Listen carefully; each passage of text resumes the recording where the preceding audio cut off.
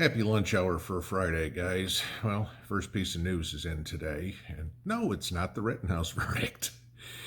So the House just passed the Build Back Better Act, 220 to 213. There was one Democrat that voted no. And now it goes to the Senate, where we can only pray that one Democrat there votes no too. Okay, because, according to the CBO, the Build Back Better bill will add millions of new immigrants to the United States population in the first 10 years, on top of giving amnesty for roughly 6.5 million people. Okay. It also states that the expenses would outweigh revenues by $367 billion. So much for costing nothing, right, Joe?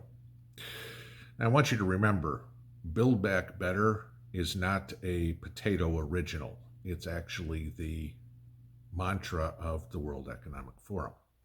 We're going to get into that. It's been a busy week in Washington. On Monday, Biden had a virtual summit with Xi Jinping, stated that he was committed to the one China policy that recognized only one sovereign Chinese state, and that Washington, quote, strongly opposes unilateral efforts to change the status quo or undermine peace and stability across the Taiwan Strait. Okay. However, on Tuesday, Biden banned Nicaraguan government officials and their families from entering the United States, stating, quote, the Ortega government's undemocratic authoritarian actions have crippled the electoral process and stripped away the right of Nicaraguan citizens to choose their leaders in free and fair elections. So, in the course of 24 hours, Biden proclaimed that one state was perfectly fine by declaring their people had no right to choose their own form of government, but another state was persona non grata because in his mind the people didn't have a choice to decide their own representation. Okay? So figure this. What's good for the goose is good for the gander, not in the Biden White House. Okay? You wonder why people question potatoes at mental acumen. This is a flip-flop that even Mitt Romney would be proud of. But it gets even better. All right. On Thursday, Tennessee Democrat Stephen Cohen, okay, he's the only Democrat from Tennessee. He represents Memphis in the House of Representatives. He's also the one that referred to Republicans as Nazis when they opposed the ACA, Obamacare. And then you have South Carolina Republican Joe Wilson. If you remember him, he's the one who yelled out, "You lie," during Obama's State of the Union address. Well, the two of them decided to put forward a resolution in the House of Representatives that the United States will not recognize Vladimir Putin if he's reelected for another term in 2024. So please answer me this. When and where was it determined that the U.S. government gets to declare how and or by whom another country runs its affairs? Okay? Let me take this out a step. I'm betting the United States is not the only one pulling this kind of shit. After all, the majority of world leaders are completely in the bag for the World Economic Forum. Build Back Better, okay? They want to see these plans for a unified world too. What better way to get unification than if it's preceded by utter chaos? Nowhere in the world do we have leaders willing to do the hard work of governing anymore. Government's hard work, guys, okay? They all want to be Meghan Markle and Prince Harry. They all want the glitz, the glamour, the privilege that comes with some title, okay? But they aren't interested in doing any of the work that their job entails, okay? Look at Kamala Harris. She's like the poster child for this. She's Vice President of the United States. She's a heart attack away from being one of the most powerful people in the world. I won't say the most powerful like it has been forever because the United States ain't there anymore, okay? And yet she's ridden the coattails of somebody else to get every job in politics she's ever had. Hell, she barely beat the Republican in California for the Attorney General's position. She won by 0.8% of the vote, or less than 75,000 votes. in 2010 to win the election for AG in California. Okay. She loves being the center of attention, but please tell me one accomplishment she's ever had in her political career.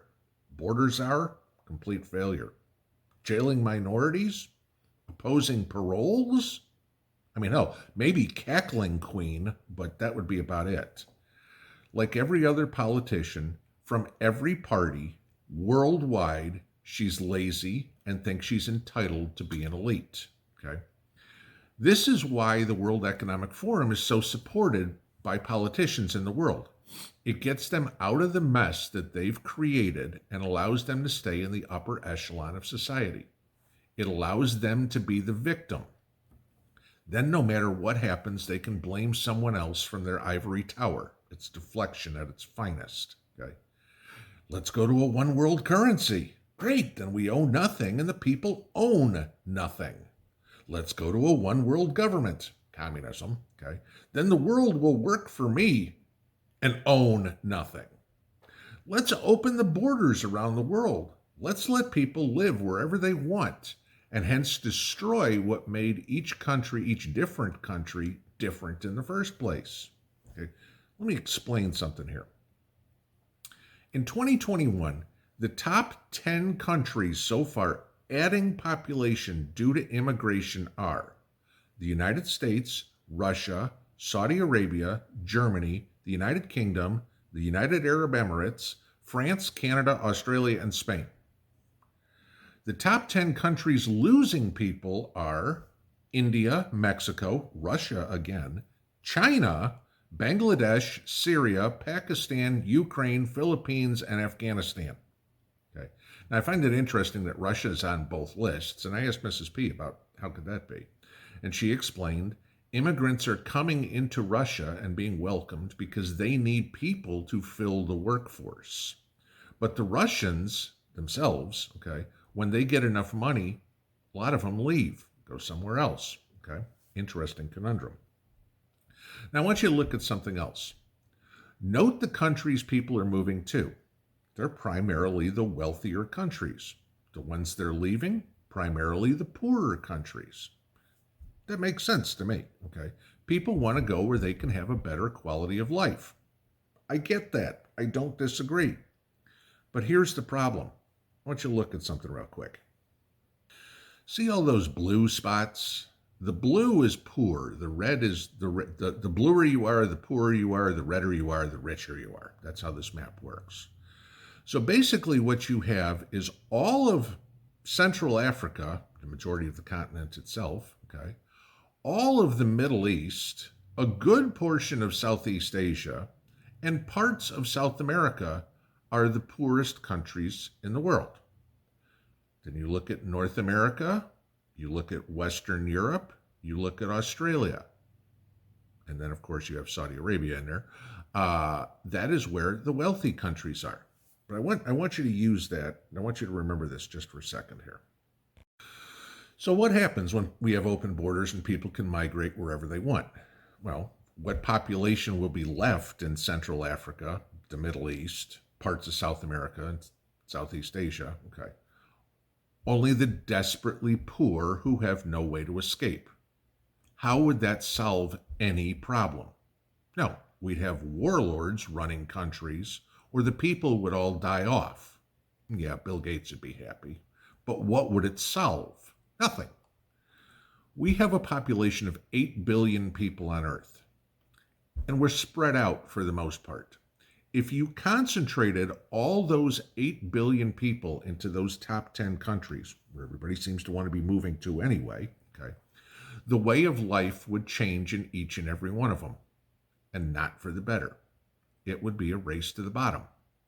Okay, but again, this is what these elites want. Okay, remember what Hank Johnson, that idiot representative from Georgia, said about Guam in 2010? My fear is the whole island will become so overpopulated that it'll tip over and capsize. Well, capsizing wouldn't be the issue, but the end of life as we know it would be. In my opinion, this is why we need to prep now more than anything else, okay, because of migration. The lazy politicians everywhere, from all parties, okay, do not have our best interests in mind. They just want to add more serfs to their kingdoms. You know, this was the way of life in the 14th century, too. Okay. The bubonic plague came in and then wiped out 60% of the population. Kind of see the parallels? Okay. A man's home is his castle, guys. Be prepared to defend it at all costs. Because damn sure no one else is gonna. Pinball out.